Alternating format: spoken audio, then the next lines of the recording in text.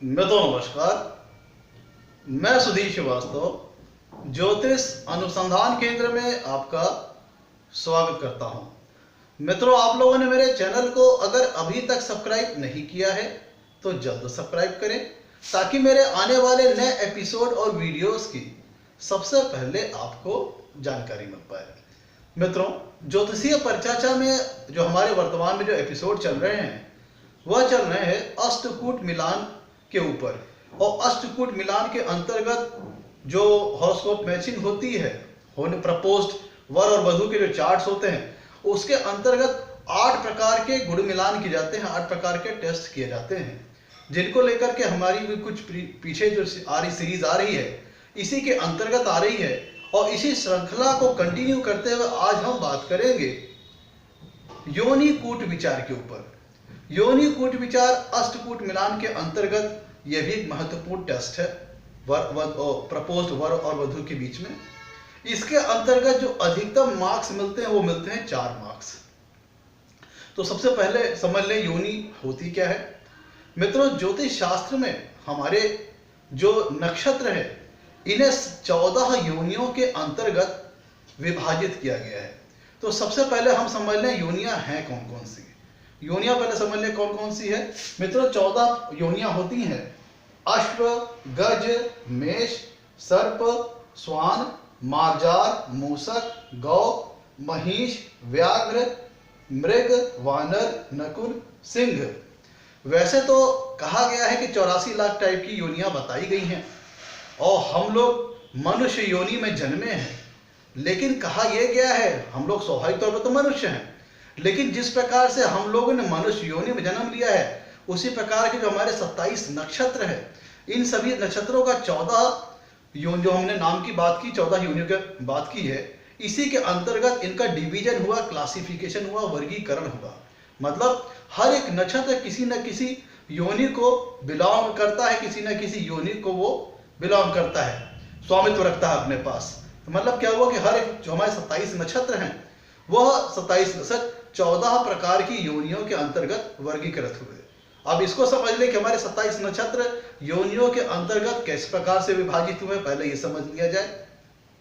मित्रों, हमारे 27 नक्षत्र में अश्व जो हमारी योनि है, जो हमारा जो अश्वनी नक्षत्र और शतभिषा नक्षत्र है, वह इन 2 नक्षत्रों में अश्व योनि आती है।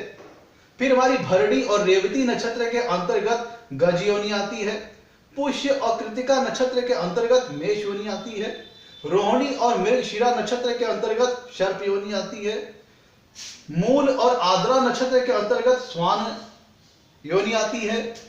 और आश्लेषा और पुनर्वसु नक्षत्र के अंतर्गत मार्जार योनि आती है। उसी प्रकार मघा और पूर्वा फागुनी नक्षत्र के अंतर्गत मूषक योनि आती है।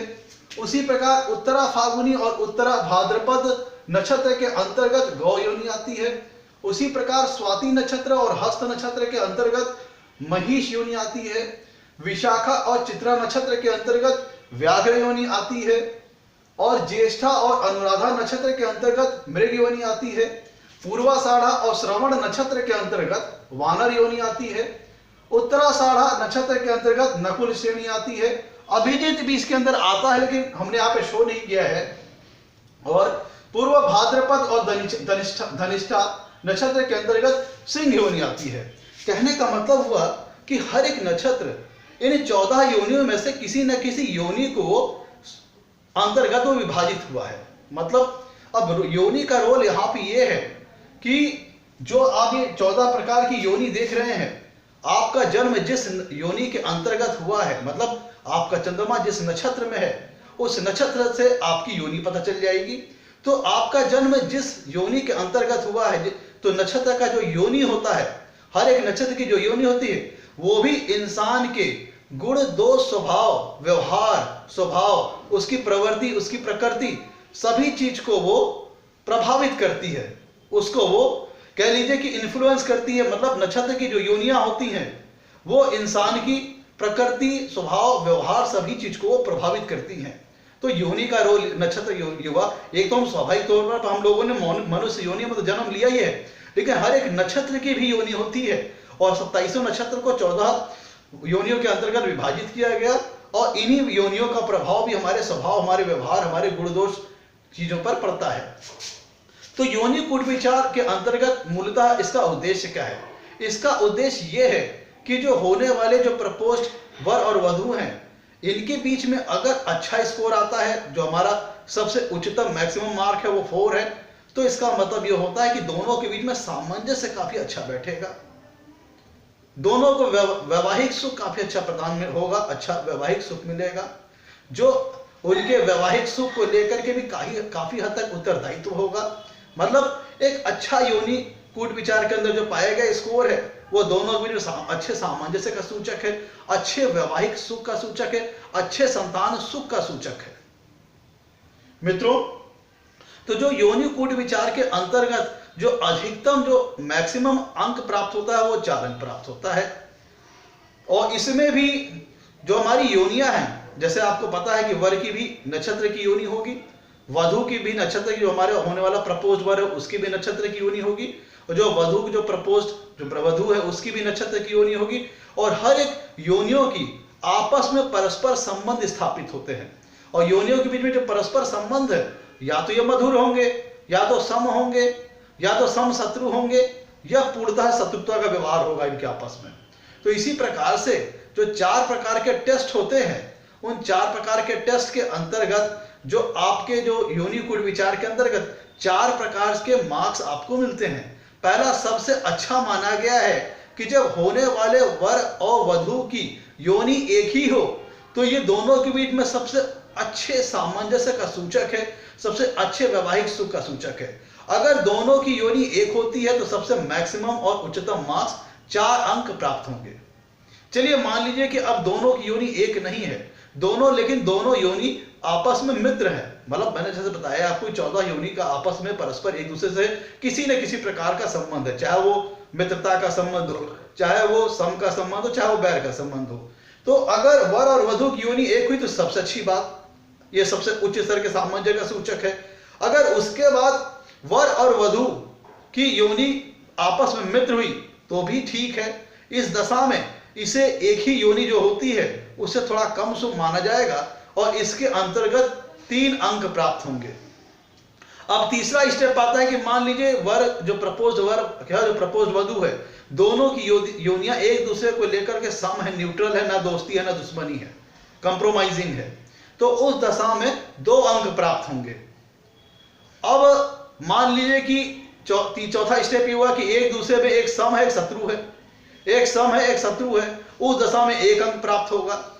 और जब एक 5वीं कंडीशन ये आती है कि जब वही दोनों एक दूसरे परस्पर शत्रुता, मतलब दोनों योनियां, वर की भी योनि और वधु की भी योनि आपस में शत्रुता का भाव रखती हैं, महावैर रखती हैं, तो उस दशा में 0 अंक प्राप्त होता है। मतलब सबसे अच्छी कंडीशन एक ही योनि, दोनों की होने वाले वर की होने वाले वधु की, तब 4 अंक। दूसरे नंबर पे दोनों योनियां मित्र हो तब 3 अंक। तीसरे नंबर पे कि भाई दोनों के बीच में न्यूट्रल हो, सम संबंध हो, तब उस दशा में 2 अंक भाई। और चौथे नंबर पे भाई सम और शत्रुता का संबंध हो दोनों योनियों के बीच में, तब उस दशा में 1 अंक प्राप्त होगा। और 5वीं कंडीशन में दोनों एक दूसरे से महावैर रखती हो तो उस दशा में 0 अंक प्राप्त होगा। तो मित्रों ये था कंडीशन। एक उदाहरण के माध्यम से देखिए, मैंने आपके सामने एक टेबल बना रखी है। इस टेबल के अंतर्गत हमने बाएं से दाएं वर पक्ष की योनियों का विवरण लिया है, और ऊपर से नीचे कन्या पक्ष की योनियों का हमने विवरण लिया है। अब देखिए यहाँ पे जहां जहां पे एक योनि है, जैसे अगर वधु की होने प्रपोज्ड वधु की भी योनि अश्व है और प्रपोज वर का भी जो योनि है अश्व है, तो उस दशा में सबसे मैक्सिमम 4 अंक प्राप्त होंगे। अगर प्रपोज जो वधु है उसकी योनि गज है और प्रपोज वर की योनि गज है तो भी 4 अंक प्राप्त होंगे। इसी प्रकार की हमने 14 योनि जो आपको बताई है, इसमें अगर वर और वधु पक्ष की दोनों की योनियां एक ही होती तो सबसे उच्चतम अंक प्राप्त होगा, 4 अंक, जो इस बात का सूचक होगा कि दोनों में एक्सेलेंट क्वालिटी का सामंजस्य होगा, उच्च स्तर का वैवाहिक सुख प्राप्त होगा। और फिर मैंने बताया कि अगर दोनों की योनियां मित्र हों, तो जैसे यहां पे देखिए, अगर वधु पक्ष की जो योनि है वो मेष है और जो वर पक्ष का जो योनि है वो अश्व है, तब उस दशा में 3 अंक प्राप्त होगा। मतलब दोनों की योनियां आपस में मित्र हैं। तो जो हमने पहला एग्जांपल देखा कि दोनों योनि एक हो, तो उससे थोड़ा कम शुभ हुई और उस दशा में 3 अंक प्राप्त होगा। फिर हमने कहा कि दोनों आपस में एक दूसरे को लेकर के न्यूट्रल हो, सम हो, कंप्रोमाइजिंग हो, तो उस दशा में 2 अंक प्राप्त होगा। देखिए भाई, अगर मान लीजिए वधु पक्ष की योनि मूषक है और वर पक्ष की जो योनि है वो मेष है, तब उस दशा में 2 अंक प्राप्त होगा। तो ये न्यूट्रल संबंध है, इसके चलते आपको ना दोस्ती ना दुश्मनी, कंप्रोमाइजिंग नेचर होगा, 2 अंक प्राप्त होगा। और उस दशा में जब सम शत्रुता का भाव होगा दोनों योनियों के बीच में, तब 1 अंक प्राप्त होगा। देखिए मान लीजिए कि अगर वधु पक्ष की योनि मूषक है और वर पक्ष की योनि सर्प है, तब उस दशा में 1 अंक प्राप्त होगा, जो कि सम शत्रुता का सूचक है। मतलब प्रपोज्ड वर और प्रपोज्ड वधु की दोनों की योनियों में सम शत्रुता का सूचक है, इसलिए यहां पे 1 अंक माना जाएगा, जो कि अच्छा नहीं है। अब उसके बाद देखिए कि अब एक एग्जाम्पल देखिए, मान लीजिए कि वधु पक्ष की योनि गज है और वर पक्ष की योनि सिंह है, तो दोनों को उस दशा में 0 मिलेगा। 0 कब मिलेगा? कि जब दोनों योनियां प्रपोज वर की और प्रपोज वधु पक्ष की आपस में महावैर रखती हो, महाशत्रुता का व्यवहार रखती हो, तब उस दशा में दोनों को 0 अंक प्राप्त होगा।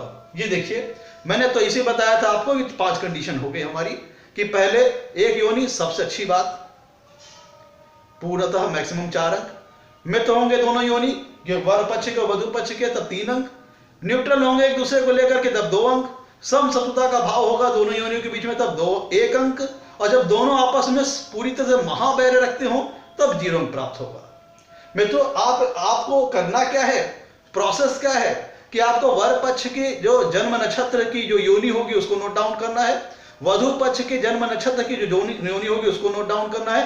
अवखोड़ा चक्र से दोनों की डिटेल मिल जाएगी, दोनों की वर पक्ष की योनि की डिटेल आपको मिल जाएगी अवखोड़ा चक्र से, और वधु पक्ष की योनि की भी डिटेल आपको मिल जाएगी।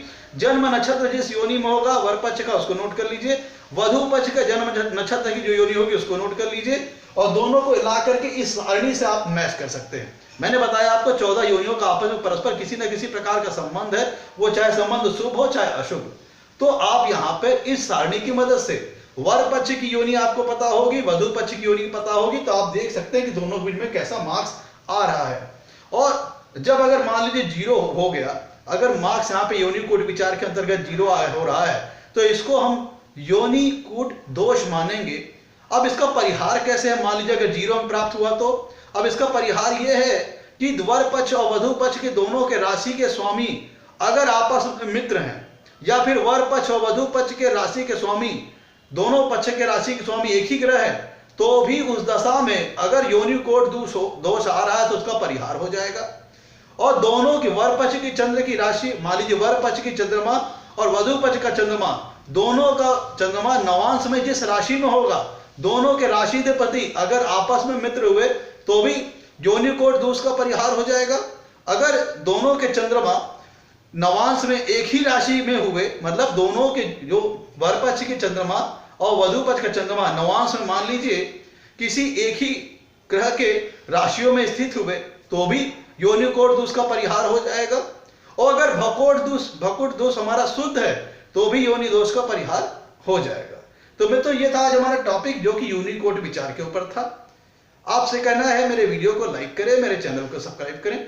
आपके लाइक्स और सब्सक्रिप्शन हमें मोटिवेशन प्रदान करते हैं, ताकि हम आगे चलकर के और अच्छे वीडियो बना सकें, आपके सामने प्रस्तुत कर सकें। आज के लिए इतना ही मित्रों, धन्यवाद।